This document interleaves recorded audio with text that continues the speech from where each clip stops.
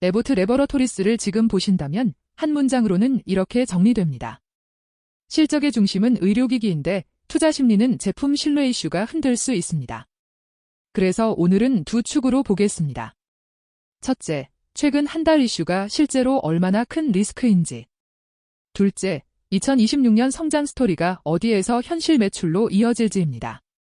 끝까지 들으시면 지금 들어가도 되는 구간인지 아니면 관망이 더 유리한지 판단 기준이 잡히실 겁니다.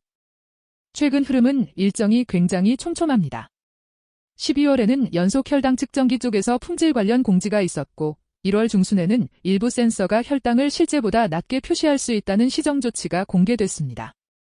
그리고 1월 하순에는 심장 리듬 치료 쪽 제품 승인 뉴스가 이어졌고 마지막으로 1월 20일에 4분기와 연간 실적, 그리고 2026년 가이던스가 발표됐습니다. 즉, 호재와 부담이 동시에 나온 구간입니다. 이번 실적에서 가장 중요한 메시지는 사업부 온도차가 뚜렷하다는 점입니다. 의료기기는 비교적 강했고 진단과 뉴트리션은 분위기가 엇갈렸습니다. 그래서 투자 관점에서는 단순히 매출이 늘었느냐보다 어떤 사업부가 성장과 이익을 책임질 수 있느냐가 핵심입니다. 에보트는 전통적으로 의료기기 비중이 커질수록 반복 매출의 안정성이 높아지는 구조인데 그 장점이 이번에도 확인된 반면 다른 사업부가 발목을 잡을 수 있는 여지는 남아 있습니다.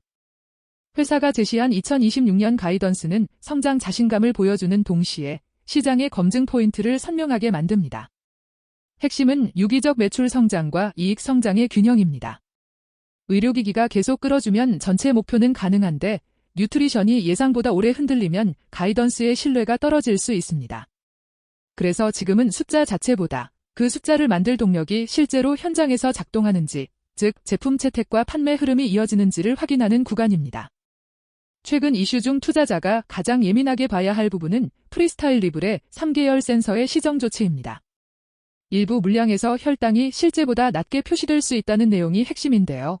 이게 중요한 이유는 단기 비용보다 신뢰의 문제로 번질 수 있기 때문입니다. 환자와 의료진은 정확도를 기반으로 치료 결정을 내립니다.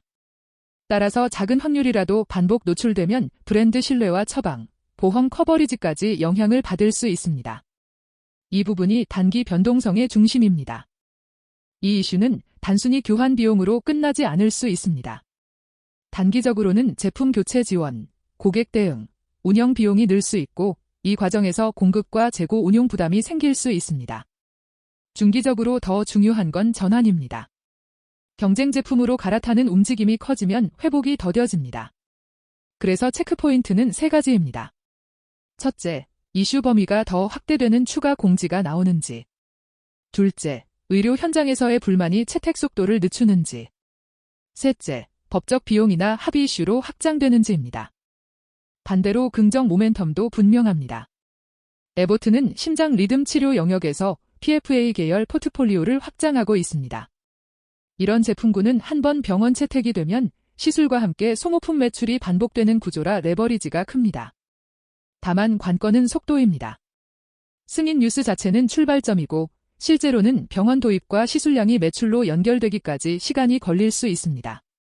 그래서 이 분야는 기대가 앞서면 단기적으로는 실망도 나올 수 있지만 채택 지표가 올라오면 재평가도 빠릅니다.